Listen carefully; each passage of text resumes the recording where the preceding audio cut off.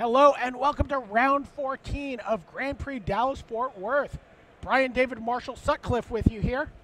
And we are watching two Hall of Famers battling it out. Anointer of Champions for Shuhei Nakamura on the draw.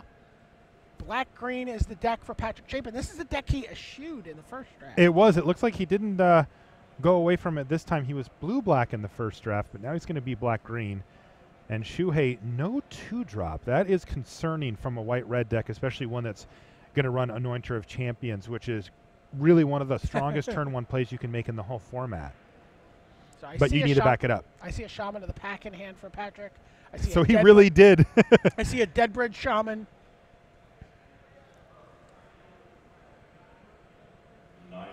And he leads with the Shaman. This does have a good chance of getting in the way of the Anointer here. Bogart Brute comes down. That thing's a pain. It is annoying. The Anointer making it even more annoying. Fourth land for Chapin.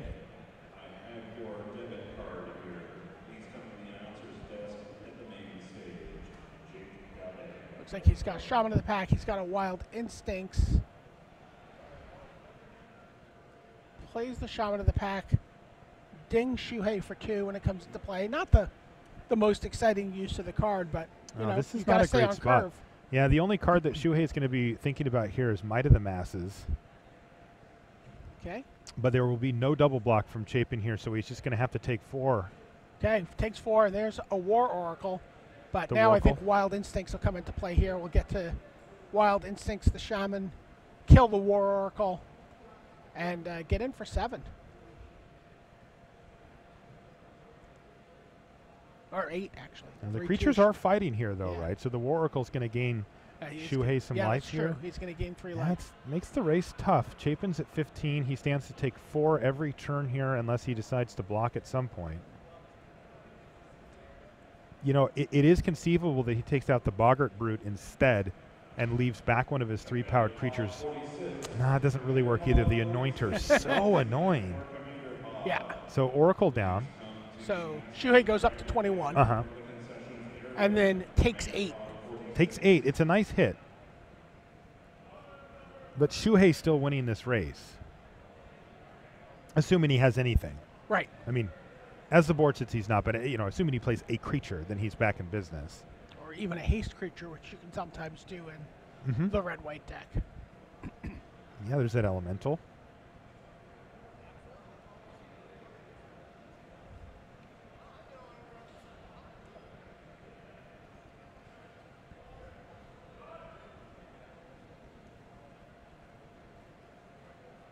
All right.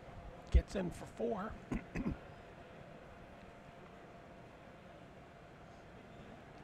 It looks like Chandra's Fury is in hand for Shuhei Nakamura. Not a big reason to fire it off there. Again, Might of the Masses is the only card that actually matters in that scenario. Oh!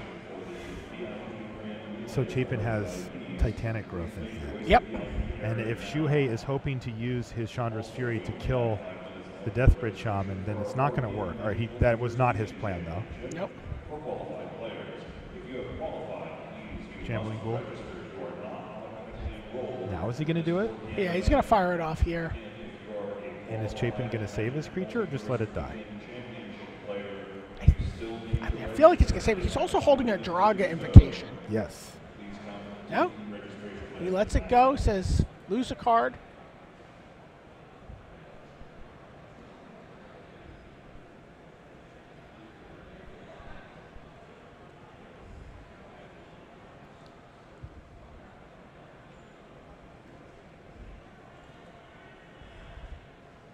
Chapin falls to 7. Fiery Impulse hits the bin. Yikes. That's got to be scary for Chapin. Gets in for 4. Chapin falls to 3. Is What there does a he have? Lightning Ravaging Javelin? Blaze? Lightning Javelin? Ravaging Blaze now does have Spell Mastery thanks to him discarding the Impulse, so that would do it. And Oh, that he is does it. have Ravaging Blaze. Wow. So we saw that Shuhei kept a land in his hand, discarding Fiery Impulse, which looked weird. Right. But then Ravaging Blaze makes sense when you put it together because this has Chapin taking lethal damage. Wow. Ooh, that was close. That was super close, both ways.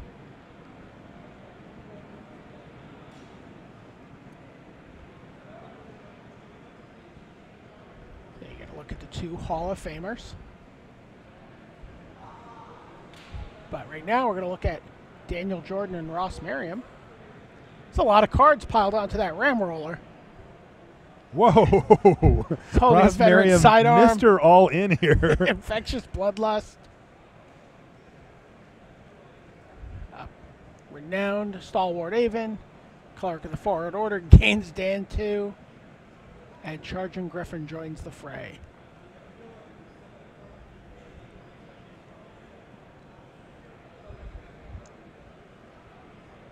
So this is a lethal attack, right? By a considerable amount. Mm-hmm. He's attacking 4, for 7? 5, 8, right?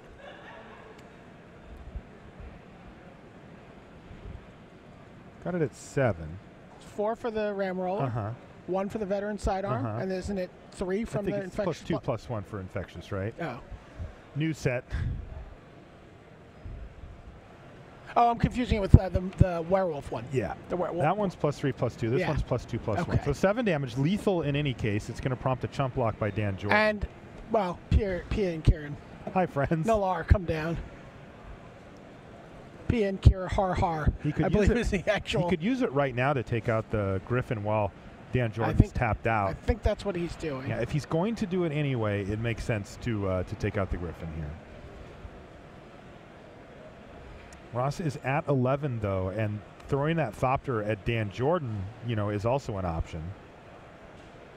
So he doesn't want to squander one of his activations when he doesn't have that many, but it's any artifact, right? So the veteran sidearm, even the Ram Roller itself can now just get tossed in Daniel Jordan's general direction. Yeah. He and Kieran Nalar are not strangers to throwing around artifacts at opponents. An avaricious dragon in Miriam's graveyard there. Yeah, that is exactly what that is. Well, I said he was all in. My goodness. Okay. Bogart Brute comes down. Dan's in miracle mode. He is.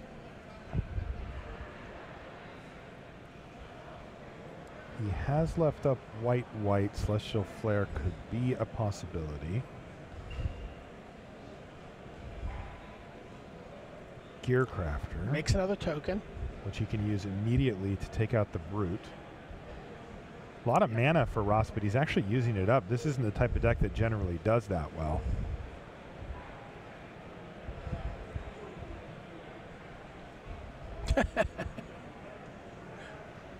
And Stalwart Avon gets munched by a Ram Roller under the treads. And yep. And Dan Jordan picks him up. Both players 12-1. So this is win and in territory for those guys. Okay. They get to the magic 13 wins with a win here. Loser's still alive, but has to win next round. Okay. There's the Shambling Ghoul for Patrick Chapin on turn 2. A little bit of a more curvy draw for Shuhei this time. This time he has the 2-drop to join the Anointer. Cleric of the Forward Order. God, that Anointer of Champions is so annoying. I mean, look at this. Chapin's supposed to be stable here against the small aggressive decks just with his 2/3, but he's not. The Cleric of the Forward Order just happily attacks right through it. Draft 138. Draft 138. Please proceed to the The Anointer can look worse later in the game, but turn 1 Anointer is so powerful. draft 138. Looks like a Reeve Soul took down the Cleric. It's that powerful. That is a 2/2. Full stop. You know? All right, Anointer gets in for 1. Oh, and no turn 3 play for Shuhei. 4 mana for Chapin. Does he have a Llanowar Empath? No. Kind of awkward draws all around here. What is going on here? I don't know. It's Anointer versus Shambling Ghoul control. Has anybody told him they're allowed to cast spells? 5 lands for Chapin. Oh, jeez. Priest of the Blood Right. That's a 5/5 flying demon. He says pass the turn. Chapin takes 2. This one could be over quite quickly if Shuhei doesn't do something. He hasn't played a card in 3 turns.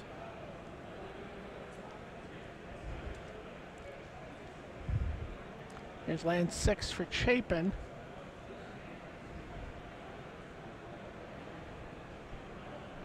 In with everybody. Please kill my priest. Yeah, Celestial Flare away, he says.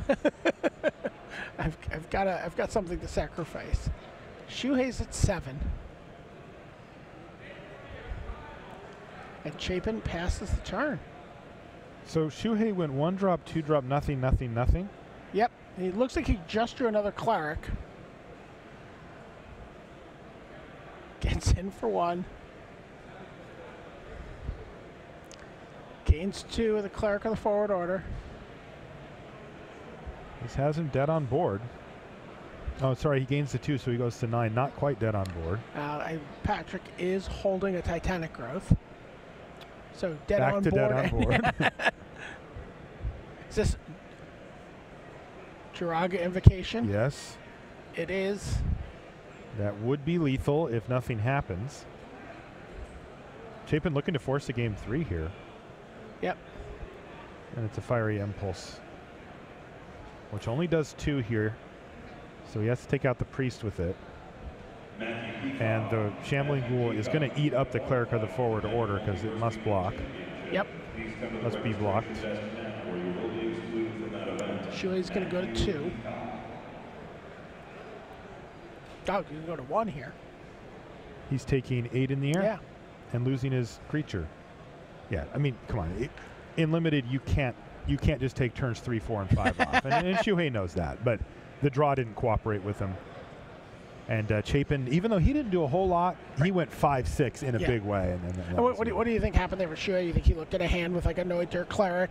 Mm-hmm. You know? Yeah.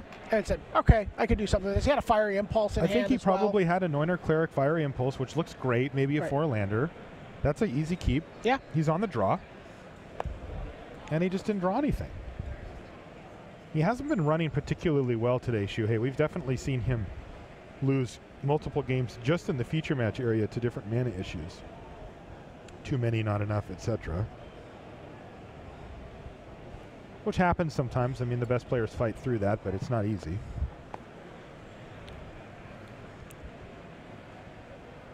We see Dan Jordan and Ross Merriam still in between games there.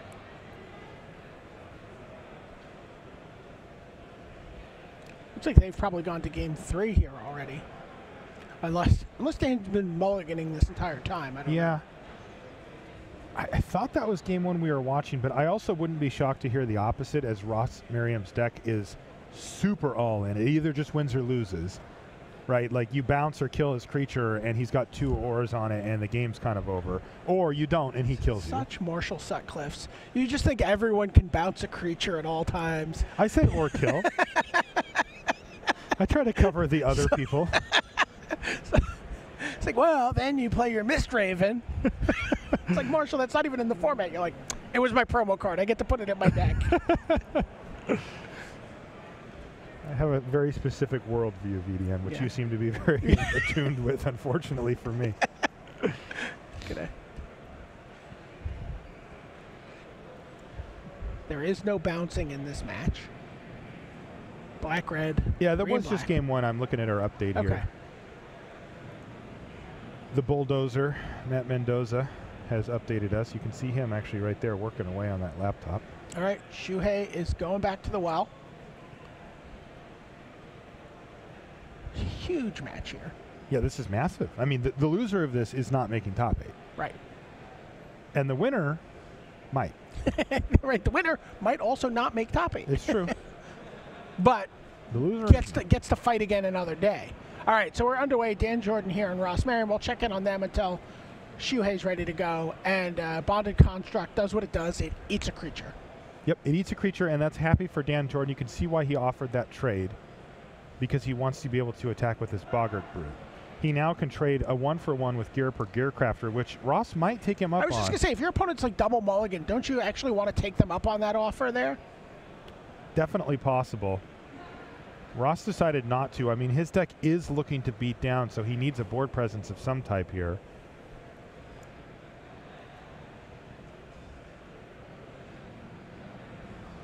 There's an Aspiring Aeronaut, see? Yeah, your buddy. It's good. Your other buddy. Yeah, it's fine. The Gearcrafter is going to sit back so it can block the Topin Freeblade here. Uh-oh. Oh. Oh, my goodness. Well, hello. That is a mighty fine Chandra Fury there. Wow. So if you're going to mulligan like Dan Jordan did a couple of times, that's the way to go. All right, well, we'll keep you updated on what's going on here if Dan's able to double mulligan his way out of trouble here. But we're underway with a Cleric of the Forward Order from Shuhei Nakamura here on turn 2. And it'll be a Shambling Ghoul from Patrick Chapin, Deja Vu. Hey, this looks familiar. Oh, that's the +3/+3/2. Call of the Full Moon? Yes. Now remember, if Patrick can play 2 spells in a turn, or if Shuhei happens to, then that thing will fall off. Patrick's going to review it pretty quickly. We have to remember that Origins came out just a week ago. So the players are still getting used to the new cards. They know most of them by now, but there's a lot going on in this set, and you'll see even high-level players like Patrick Chapin. You know, he'll read the card occasionally just to make sure it does exactly what he thought. By the way, the creature also has trample. It gets trampled, so too. that's why one of the things he might want to check for there. Yeah, it's a 5/4 trampler he's got going on now. There's a Read the Bones. If he can go land 1-drop, he can knock that Call of the Full Moon right off.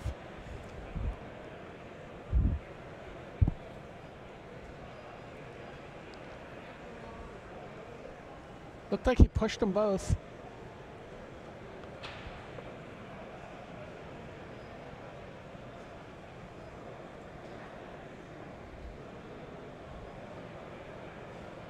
Nope, passes the turn back, that tapped was out. turn 3, by the way. No Chapin's lap, at 13. no land. No, that was his. I believe that was his. That was his turn 3? No. Oh my gosh. Oh my gosh. Grasp of the Hieromancer. So make it 6. Yeah, you need to kill this thing, and you need to kill it. Or at least get that Full Moon off of there. Yeah, but even that's going to be... Yes. That's a 2-turn clock. I guess it is anyway. Okay, there's land 4. That's probably step 1 of being able to kill Call of the Full Moon.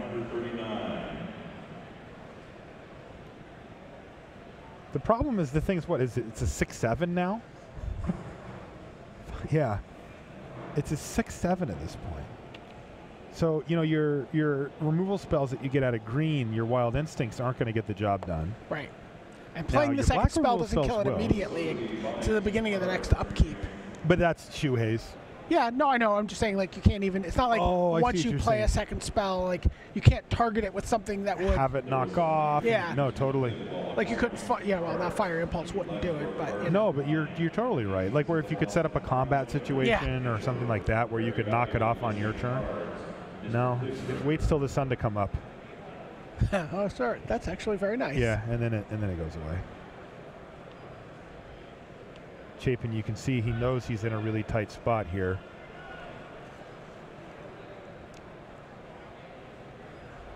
I think these type of plays that Shuhei's doing are going to become more and more common and limited. It's still high risk, but the ways to interact at this stage are a lot. You don't see them as often now, so you can get away with this. For example, let's say that Patrick Chapin had in his hand a black removal spell. You know, can't play it. They cost 5. Right. It's just too slow for this scenario, which rewards what Shuhei's doing. Okay, so Lanor Empath comes down. It's gonna maybe buy him a turn, but like Fiery Impulse. He's chump blocking here. He doesn't have to, but he will. Tap that down. Kill that. And it's Shrouding Miss for the victory. That's exactly Oh my gosh, 7. exactly 7 off of 2 lands, 1 creature. He ends Patrick Chapin's run at the top 8. Brutal. That is brutal. Wow. Now, Patrick Chapin can still pick up some pretty valuable points. He can get himself to 12-3 with who cares? He was another going for win. top 8. I know he was going for top 8. But you know what? He's got a 2-stage thing. He needs points this year. Okay. So he's got a 2-stage mission. Now he's got to do well at the Pro Tour. So 3 points. So he picks up points here, runs it up at the PT, and he can get gold or platinum or something. Yeah. Okay. That was brutal. Wow. That was just a combo finish, too. So Infectious Bloodlust on an Aspiring Aeronaut. Crone Sergeant gets renowned. Bonded Construct's like, I've attacked someone, yeah! Got promoted from chump block duty. Is it a dog? Is that? It's like a robo dog? I mean, I thought it was a cat. I don't know. It's a cat? Commander Mod 47. Please come now to the Pastimes Dragon Maker and from the concession there. Attack with everybody. Gets the Edatopen Freeblade. That's the hand from Dan Jordan. And that's top 8. That is top 8 for Ross Merriam. Dan Jordan's still alive. Plays next round. Congrats to fighting Ross to Merriam, get and in. He should be able to draw in. He Yep. has to get the right matchup. He can lose in. Sure. Yeah. So he's Yeah. in. So congratulations to Ross. A fine finish for him here. Dan Jordan, though, got a little work to do, buddy. You're not done yet. He was hoping to end the workday right there and Right. come back and draft in an hour, but he's going to have to come back and battle. His deck looked okay, though. Ross Merriam's deck. That was impressive. Weird deck, Yeah. right? Hitting from kind of a different angle, but looked very powerful. Similar to what Shuhei Nakamura did, too, in that last game where he kind of battle cruisered up. His opponent wasn't able to find a way to interact with his creature, and he just had a 6/7 or whatever. It's funny how cards evolve as the set goes on, even over 2 weeks. I think, drafts last week or even the week before, I wasn't seeing very much in terms of Infectious Bloodlust or Call of the Full Moon or things like that. But suddenly people are like, wow, you know what? I just need to, again, we've talked about Anointer Champion, which is an obvious way to force through these renowned creatures. But these auras, which put you in a position to 2-for-1 yourself, are still like just on a early on in the board, just really letting you push through in a very big way. Yeah, Anointer of Grasp of the Hieromancer. Oh yeah, is one that we've seen a lot too. Yeah, that one I think people picked up on pretty much right away. Okay. Pretty much out of the gate. Yeah, I mean, look, the thing is, your default stance for these type of cards is that they're not that good, but if the format permits you, then they can be better. Right. So Andre Strasky versus David Ochoa here. Both of these players are sitting on 11 wins, so this is fighting to stay alive here. Okay.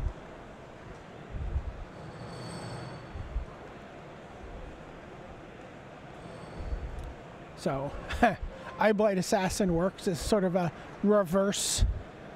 You have a Force Mage. Oh, sure. It's just going to shrink it down long enough to get a Shrinks it down battle. so you can't block well.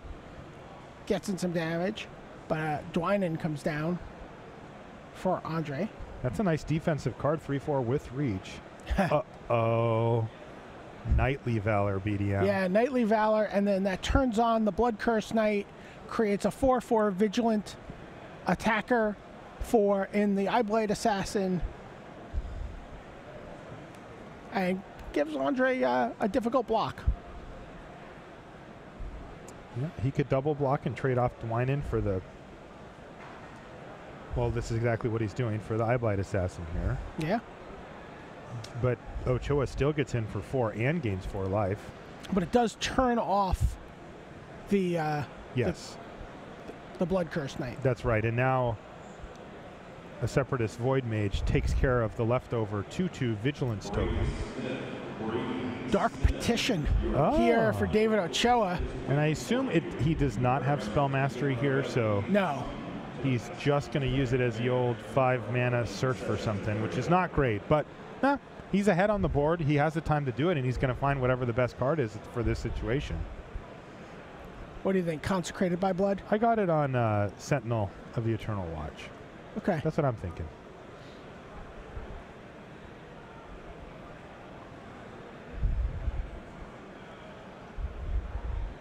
Andre's attacking.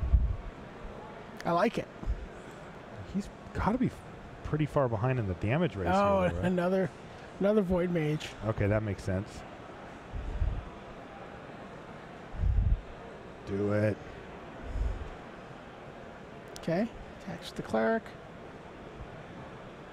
Well, we don't know what it was. Well, He's only got one card left, though. I'm sure it wasn't a Topin Free Blade. I doubt it was a Topin Free Blade, and I doubt it was an Evolving Wilds.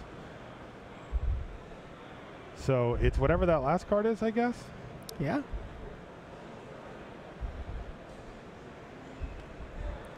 Consecrated by Blood. Maybe a Sentinel of the Eternal Watch. And that was my guess. I'm not stealing it. I was recounting your guess. I'm not, Yeah. I'm not taking your guess from you. No, I didn't mean it like that. I just meant that's what I would get. I don't know if he has one in his deck. Look at the list and see if I can deduce what he's got. He might just play it before I figure it out. But oh, how about Guiltleaf Winnower? Okay. There it was. We figured it out. Has Menace. Kills a creature. There's a Rock Maulers. Yeah, it kills a non-elf creature that's power and toughness are not equal. Weird card, but it's great. It's now a 4/3 with Menace. Joey keeps keeping an eye on his graveyard here. Oh my goodness, another Knightly Valor. Double blocks the Winnower. Trade for the Rock Smaller. I think Ocho's okay with that trade.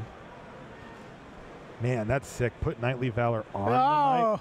Are you kidding? Is that the third one? But he bounces it with the Void Mage. Wow. Yeah, he's got 3 Separatist Void Mage in his deck. I like the way you play, Andre. Oh, that might be what he got. Gideon's Phalanx. That's going to give him 4/2/2 Vigilance. He kept Knight. checking. He kept checking for Spell Mastery. So Yeah.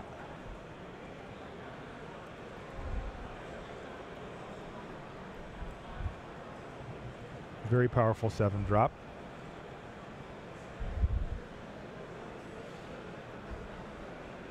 push.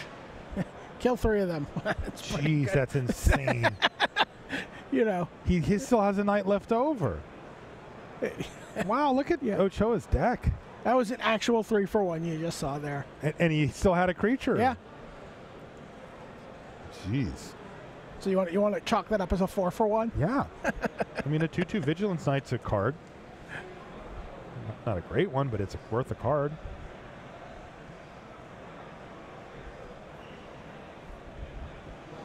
Well, we're underway here in game 2.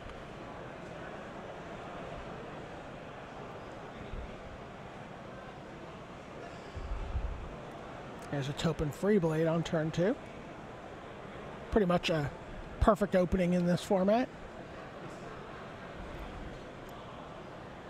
Trades with an Orchard Spirit and Rune Servitor.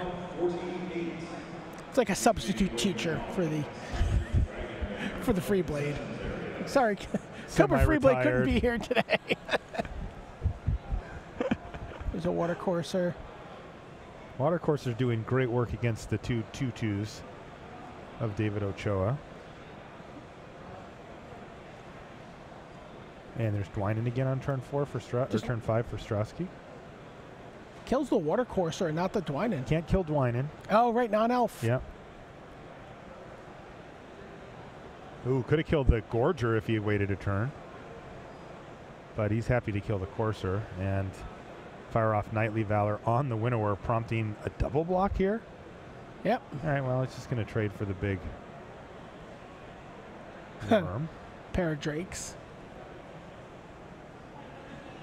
Ooh, this is a big sweat for Andre, because if his Dwynen gets moved out of the way or otherwise killed, he's going to be taking big hits of damage on the ground. Those Snapskin Drakes Scrapskin Drakes cannot block non-flyers. It's going to jam anyway. Wow. Just getting aggro is David Ochoa. Throws away a creature to get in for the 4 damage.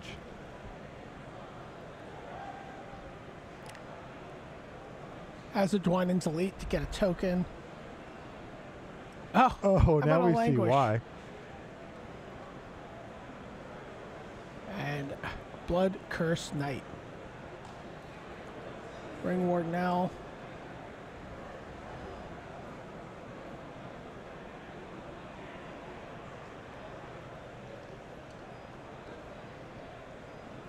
Okay. Nothing but 3 power creatures for David Ochoa here. Mm-hmm.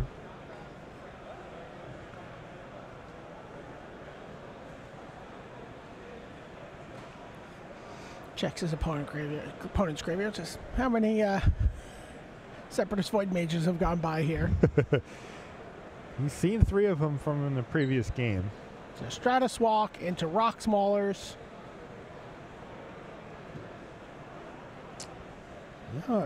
Andre's plan of just playing creatures that are bigger than Ochoa's is working so far. It's put Ochoa in some awkward positions. So Dark Petition. Now what is he I going to believe he has Spell Mastery. So that would be the Gideon's Phalanx then, most likely? Yeah. That's got to be the most powerful thing he can do. So I mean, he already played Languish. So he has 3 black in his pool. He would need a land to actually fire that off this turn, so he doesn't have it.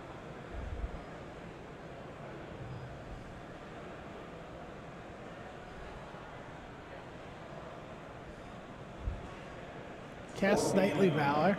Okay. And attacks with Deadbridge Shaman and their Blood Curse Knight. Which is now a lifelinker. Yeah. He would be fine to trade it for the Maulers, but that's not going to happen. This is gonna be a Void Mage.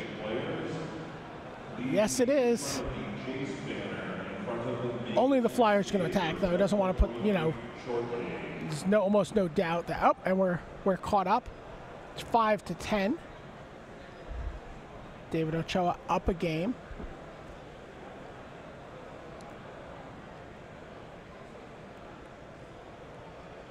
Griffin has joined the board.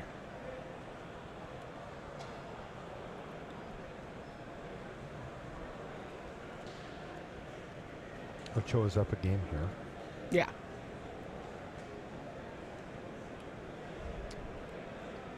So is this a win and in for the Ocho or for Strasky? It is, right? They'd be 12-2. No, this is a win and in for their win and in. 12-2-1's not getting in. Oh, I'm sorry. I mean, assuming they can draw. No. They're gonna have to play in the last round. Really? Yeah. Oh man.